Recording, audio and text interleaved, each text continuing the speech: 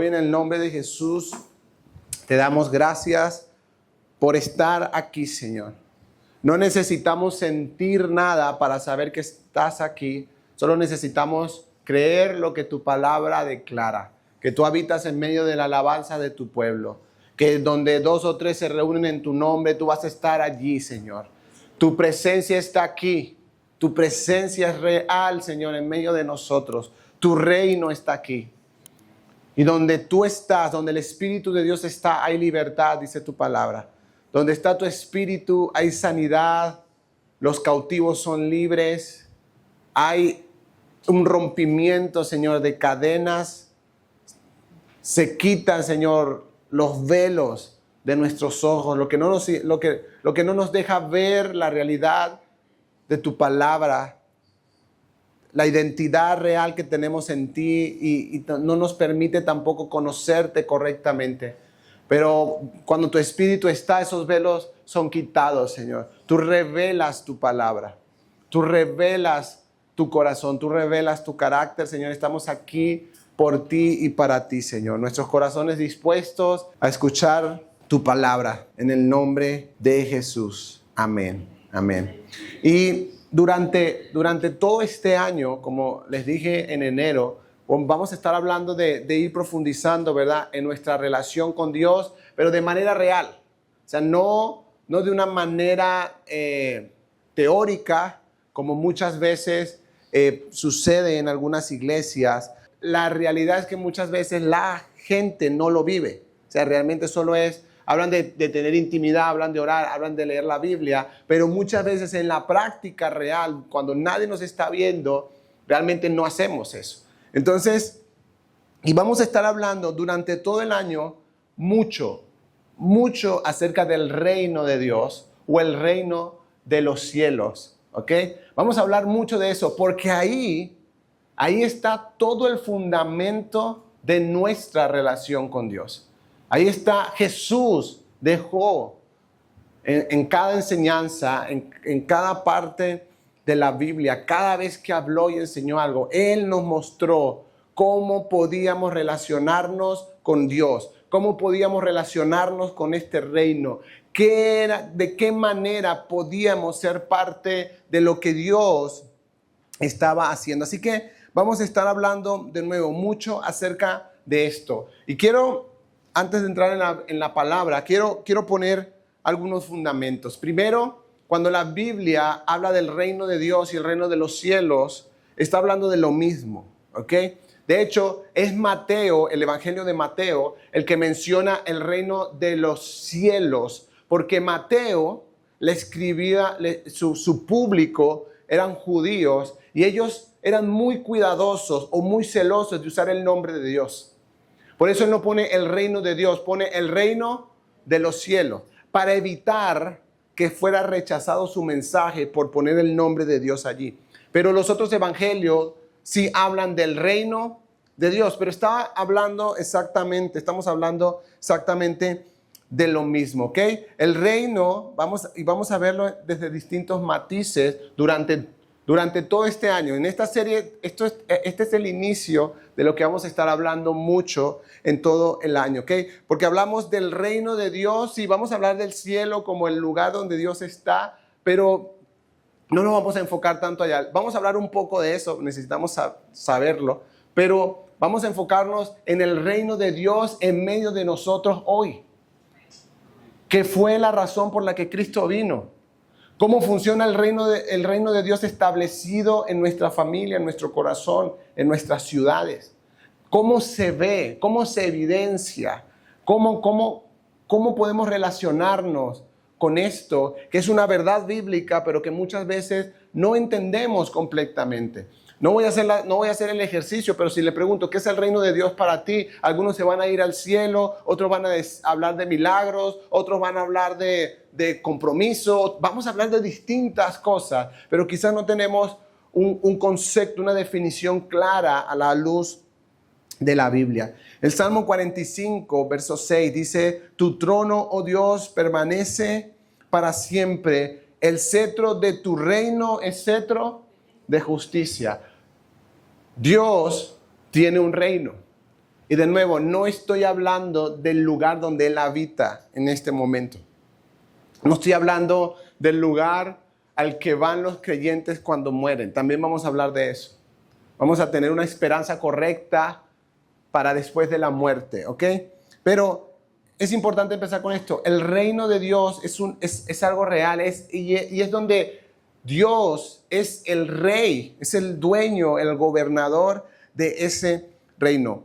En Mateo capítulo 3, versículos 1 y 2, Mateo está explicando esto y dice, en aquellos días se presentó Juan el Bautista predicando en el desierto de Judea. ¿Y qué decía Juan? Arrepiéntanse porque el reino de los cielos está cerca. Y esto era muy importante para los que lo escuchaban. Usted y yo escuchamos esta expresión y decimos, bueno, chévere, pero ellos sabían de qué estaban hablando cuando hablaban de que el reino de los cielos estaba cerca. Fíjense, no les decía arrepiéntanse porque Dios los va a castigar, arrepiéntanse para que Dios haga, arrepiéntanse para que Dios los bendiga. No, arrepiéntanse porque el reino de los cielos está cerca. Juan entendía que algo estaba por acontecer porque desde el vientre de su madre Dios le dijo al papá de él lo que Juan iba a hacer.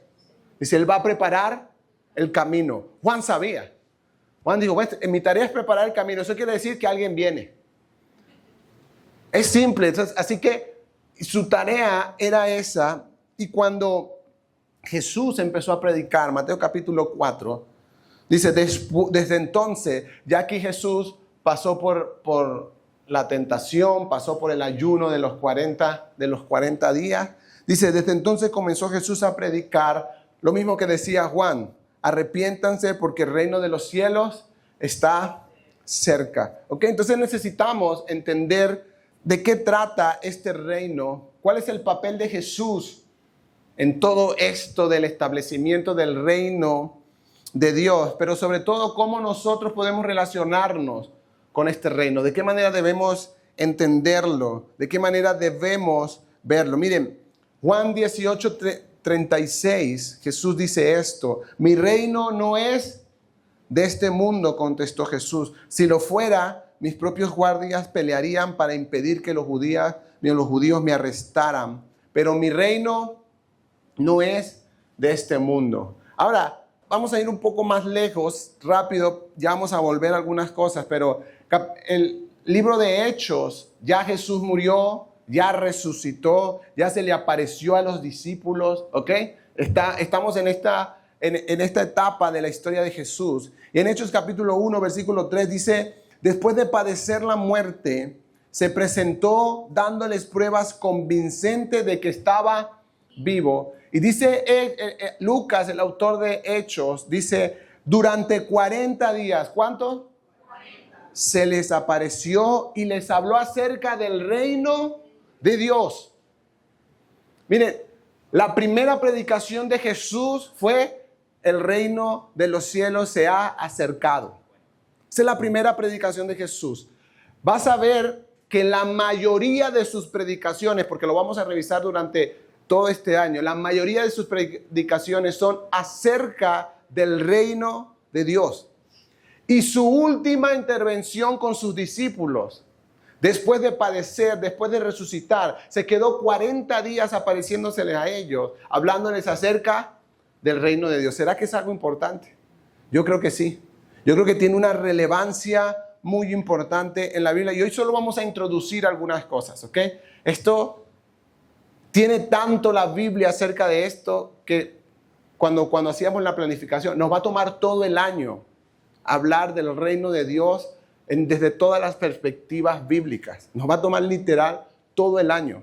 Hasta noviembre vamos a estar hablando del reino de Dios, porque es algo que la Biblia tiene mucho y sobre todo que es de mucha importancia. Nuestra intención no es correr, que usted se sepa todos los versículos y decir, sí, ya sé. No, que lo vivas, que lo experimentes en tu vida personal. Así que vamos al punto número 1.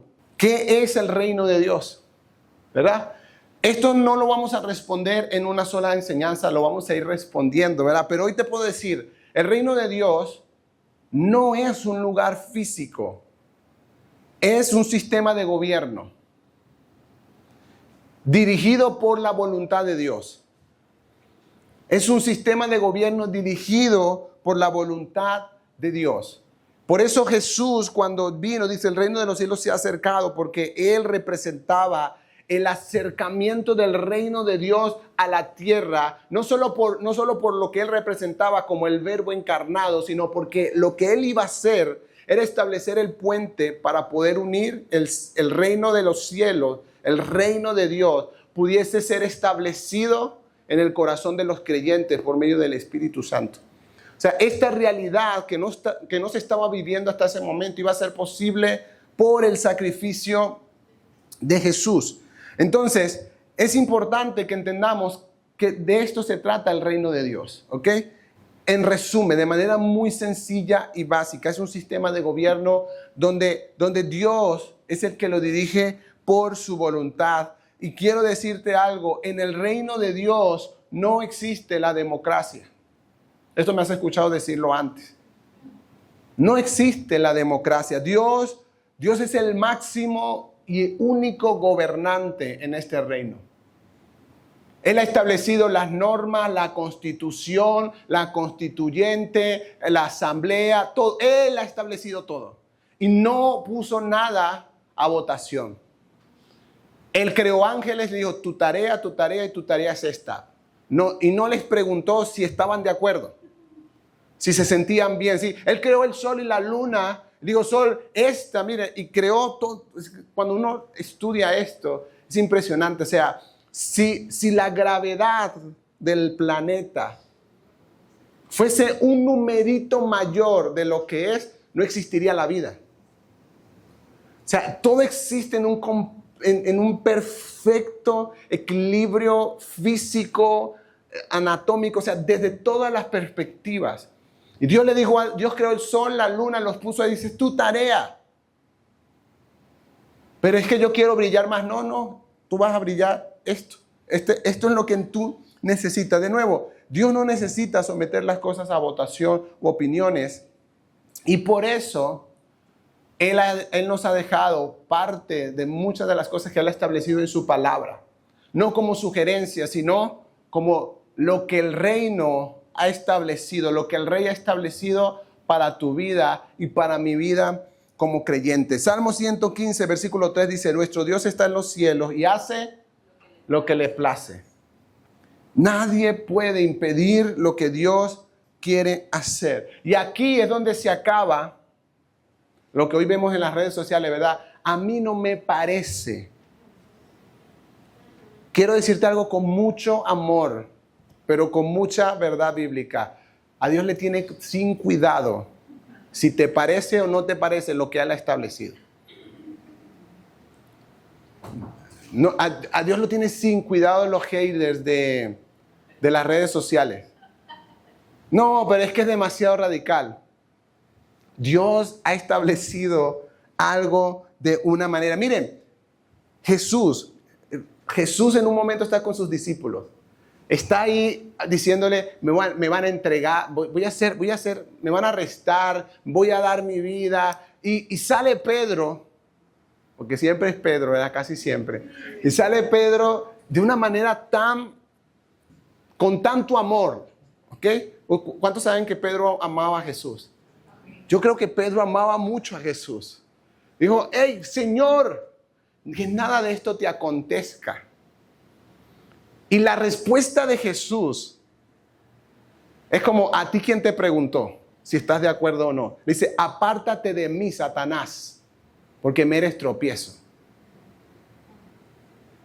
Porque quieres establecer tu opinión, tu idea por encima de lo que Dios ha establecido. El entregarme, es parte del plan. Y aunque no estés de acuerdo, es parte del plan. Y Jesús fue radical, lo llamaríamos en este tiempo, ¿verdad? Cuando le dijo, apártate de mí, Satanás. En un momento Jesús está enseñando y los discípulos le dicen, Señor, esta enseñanza es demasiado fuerte. Y Jesús no le dijo, bueno, la próxima vez le voy a bajar un poquito para no. Le dice, y la gente empezó a dejarlos de seguir. Y Jesús se voltea a sus discípulos y le dice, si ustedes quieren irse con ellos, también pueden. En el reino las cosas se hacen como el Señor dice. Y aquí, y esto es lo que no se predica muchas veces en muchas iglesias, sino que te predican que el reino de Dios viene a hacer brillar tu vida, a hacer brillar tu vida, a hacerte tu mejor versión. Y yo sí creo que Dios transforma la vida, pero el reino no tiene nada que ver contigo ni conmigo, tiene que ver con Él, con su plan, con lo que Él ha establecido. Escúchame algo, eso mismo hizo Lucifer. Lucifer está allá creado para, según las interpretaciones bíblicas, para dirigir toda la alabanza y la adoración en el cielo a Dios. Y un día dice, a mí no me parece. Yo también merezco algo. Y ese día fue descielado, porque no sacado del cielo. Porque, era Dios a ti quien te preguntó y a ti quien te dijo que tú decidías si la adoración era para ti, era para Miguel o era para mí. Yo decidí que toda la adoración en el cielo es para mí. Punto. Y no hay opción a opiniones. Y de nuevo, esto genera incomodidad en este tiempo.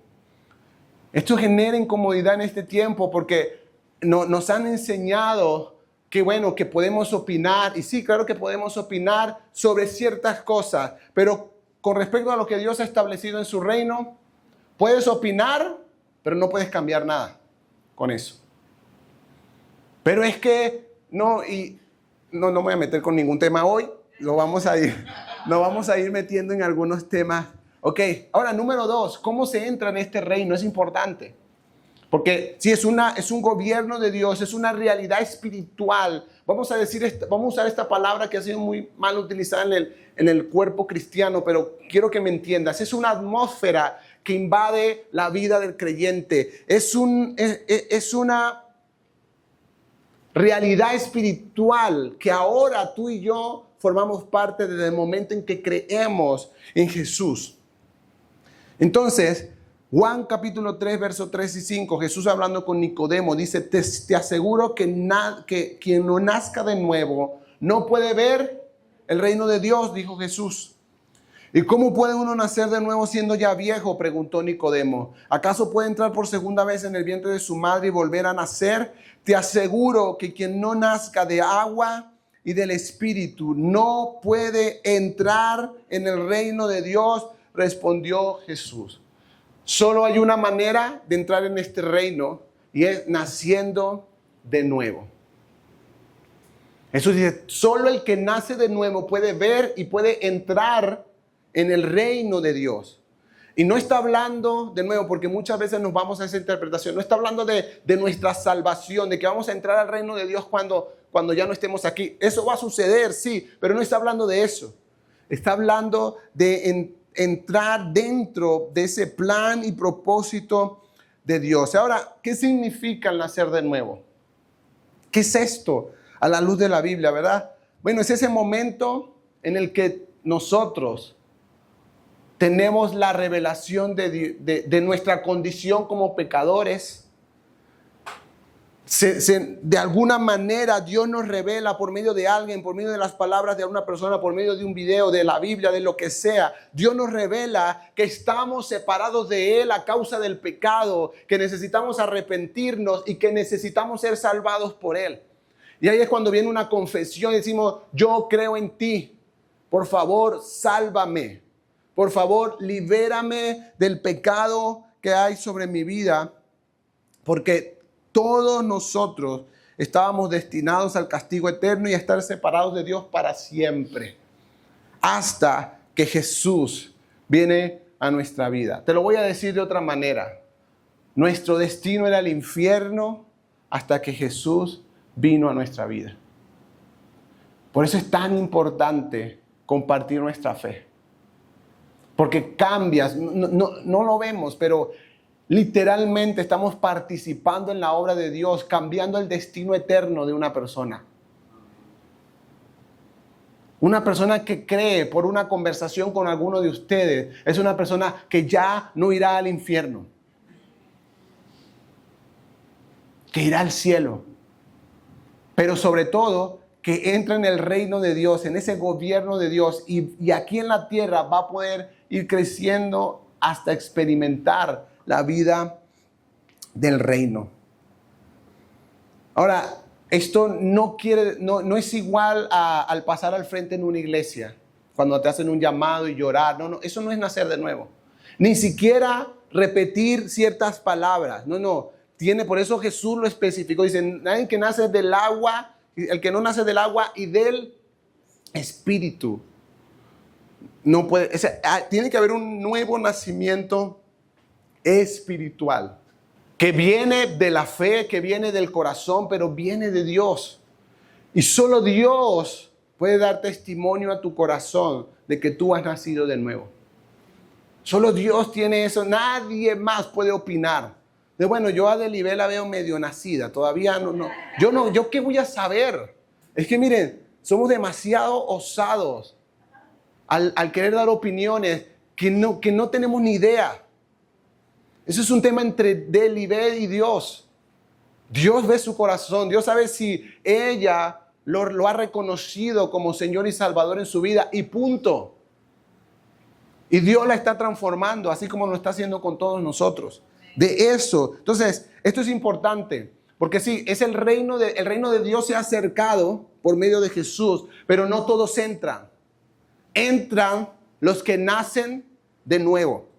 Entran los que tienen este nuevo nacimiento por medio de la fe en Cristo Jesús. Punto número 3. ¿A quién les he revelado el reino? Porque miren, es algo que tiene que ser revelado. Por eso, préstame atención aquí, por eso tiene que ser predicado. Porque no se ve.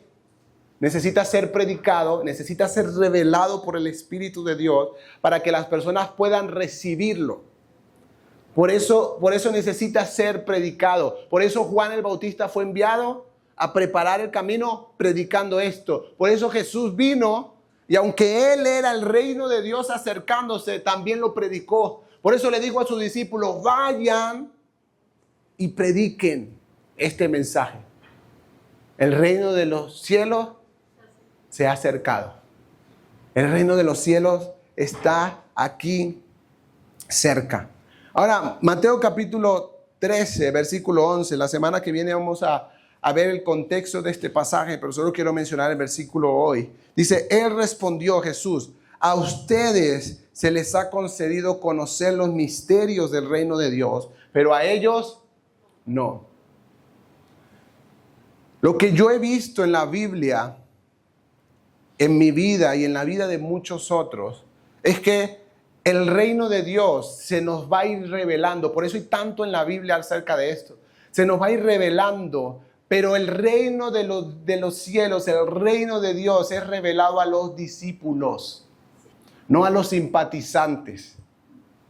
Tranquilo que durante esta serie vamos a hablar de qué es un discípulo de verdad, a la luz de la Biblia.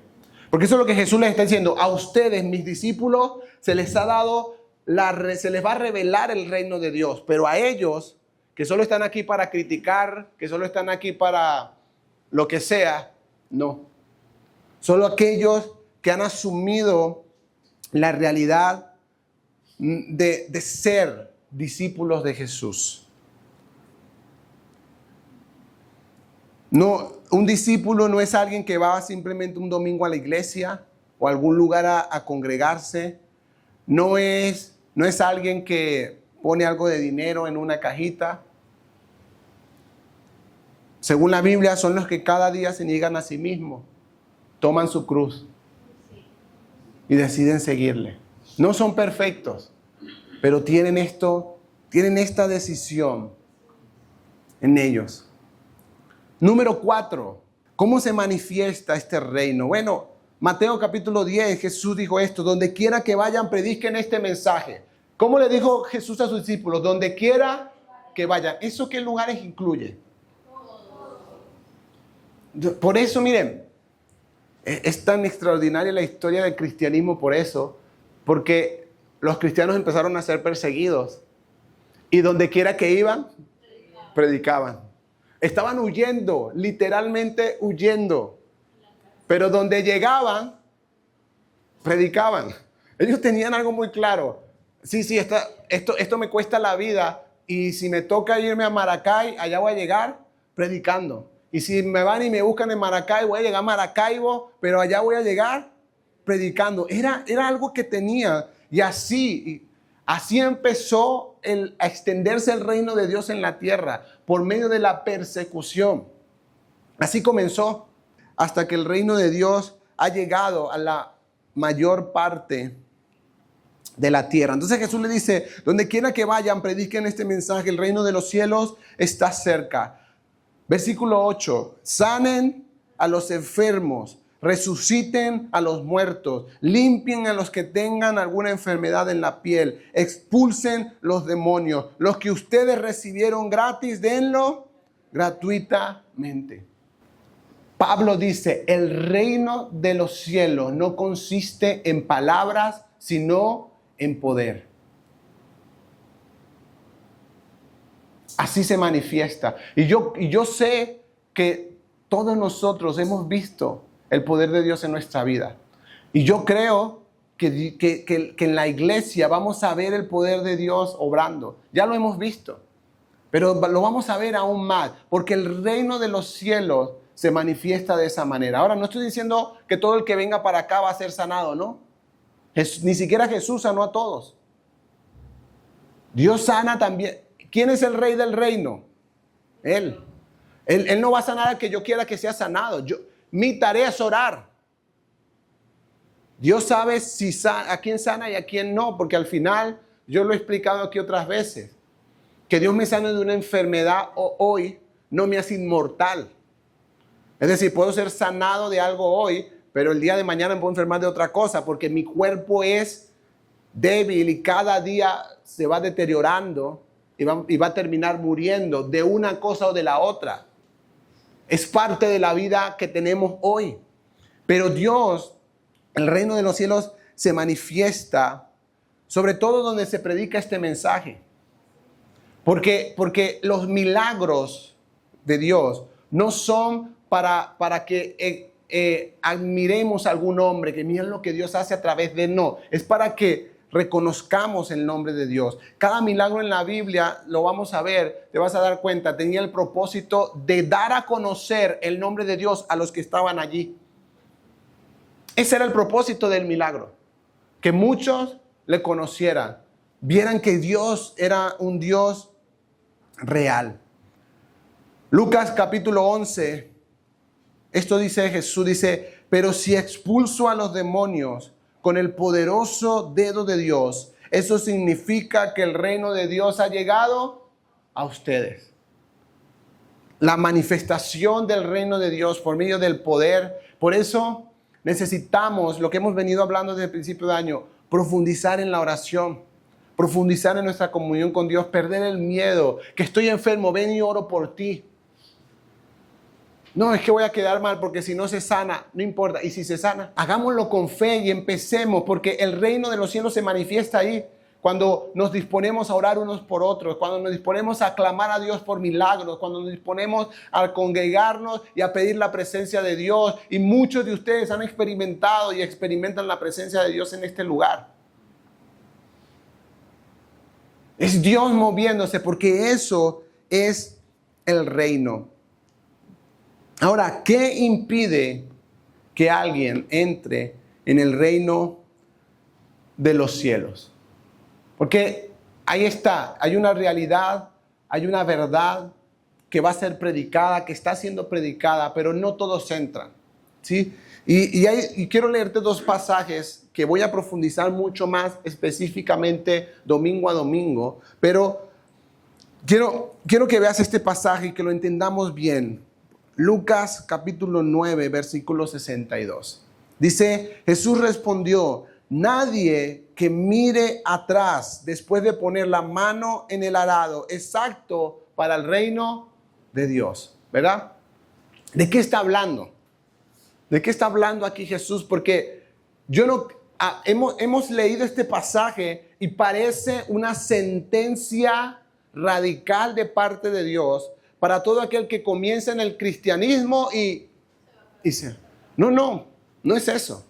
Aquí Jesús, de nuevo, tenemos que entrar en el contexto cultural porque como no lo conocemos, sobre todo, no sé si aquí alguien ha tenido experiencia con la agricultura, pero si no hemos tenido esta experiencia, no sabemos de qué está hablando.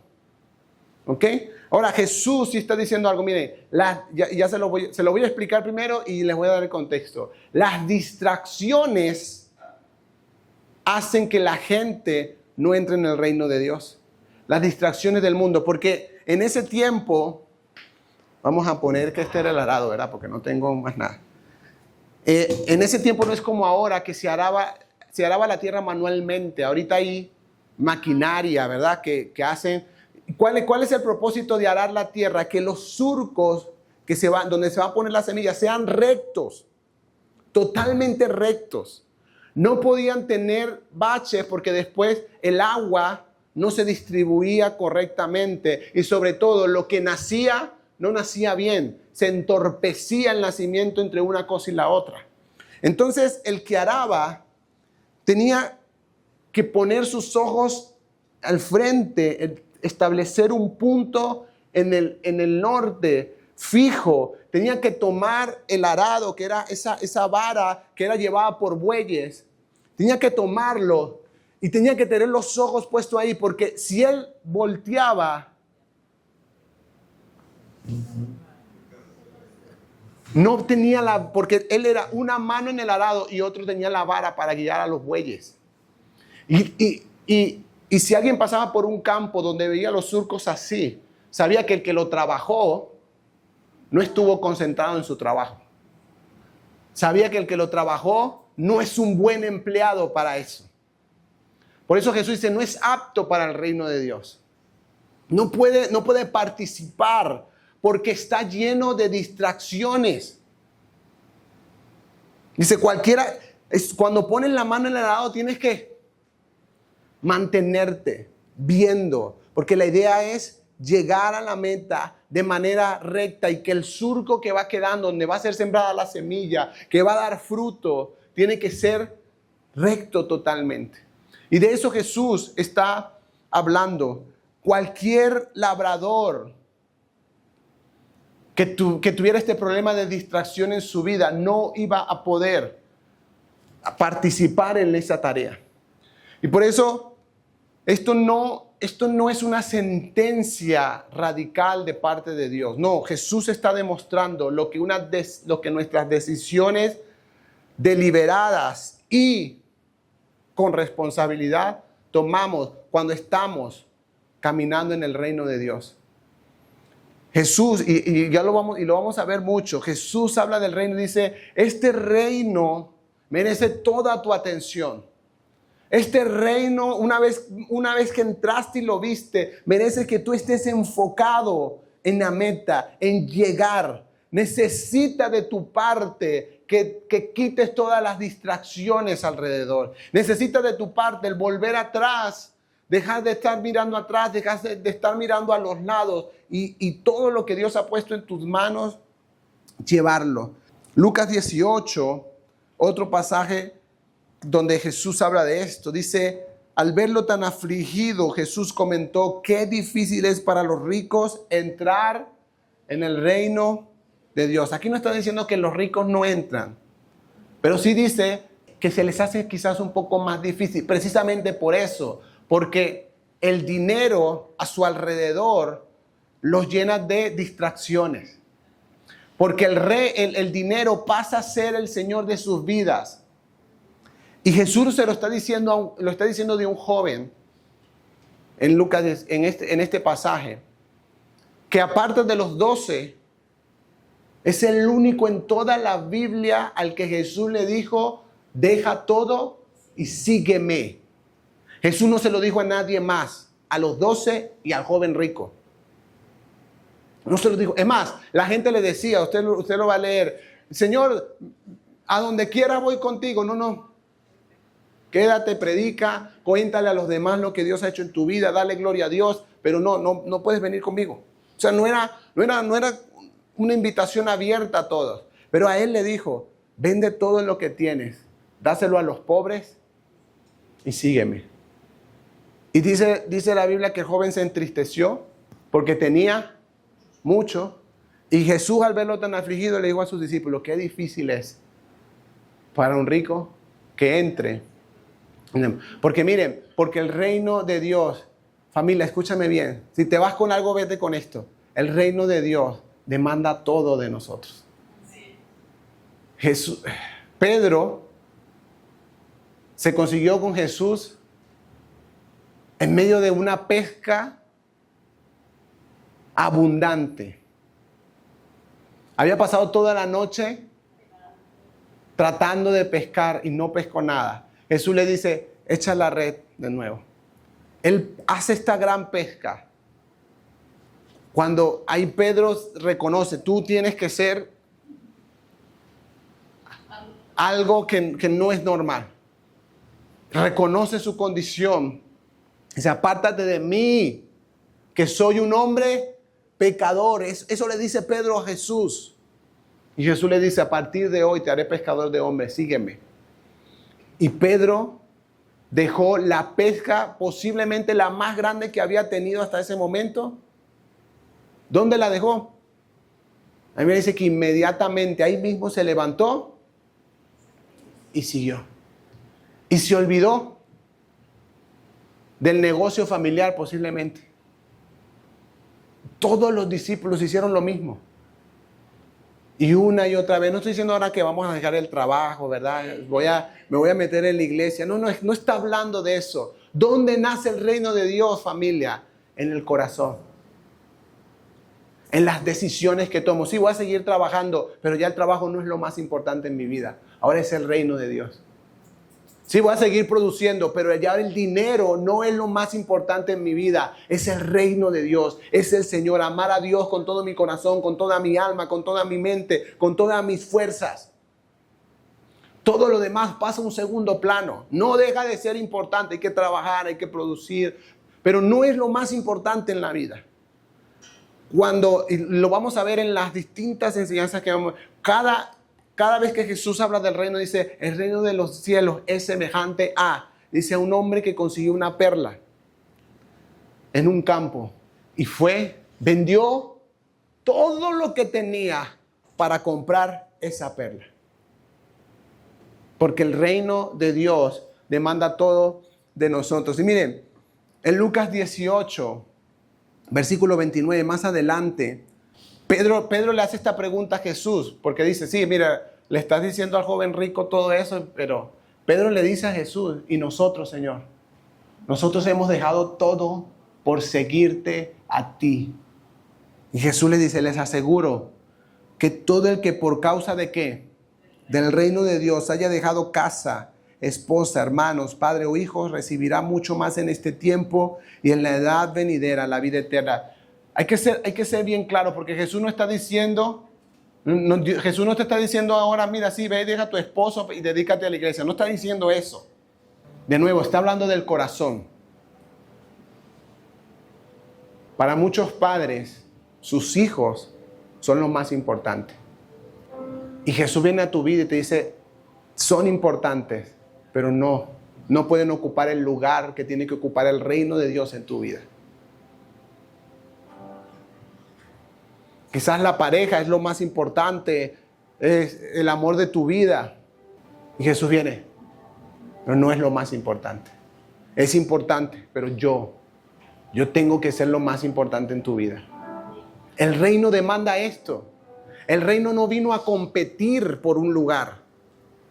El reino vino a decirte, yo vengo a establecer el todo. Yo vengo a pasar a ser el todo. Miren, esto es importante. El reino de Dios no es lo primero, es todo.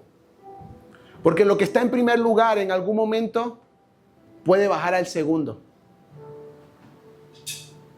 Él no está en un lugar, Él representa, Él va a abarcarlo todo, Él va a llenarlo todo. Y ahí va a llenar a tu esposo, a tus hijos, a tu familia, a tus finanzas, tu trabajo. Todo va a ser impregnado por el reino de Dios, pero tiene que ver con el lugar que le damos en el corazón.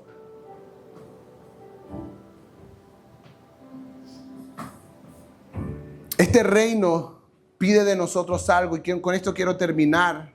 Mateo capítulo 7, versículo 21, dice: no todo el que me dice, Señor, Señor, entrará en el reino de los cielos, porque no tiene que ver con palabras, sino solo el que hace la voluntad de mi Padre que está en el cielo. A eso nos llama el reino de Dios, a eso nos llama Jesús. Para eso, familia, para eso nos dejó el Espíritu Santo, porque tú y yo no podemos hacer la voluntad de Dios en nuestra fuerza. Pero para eso nos dejaron el Espíritu Santo. El Espíritu Santo nos capacita para discernir, conocer y hacer la voluntad de Dios en nuestra vida. Nos la revela. Esto es lo que Dios anhela para ti. Esto es lo que Dios quiere que hagas. Y nos da la capacidad para hacerlo.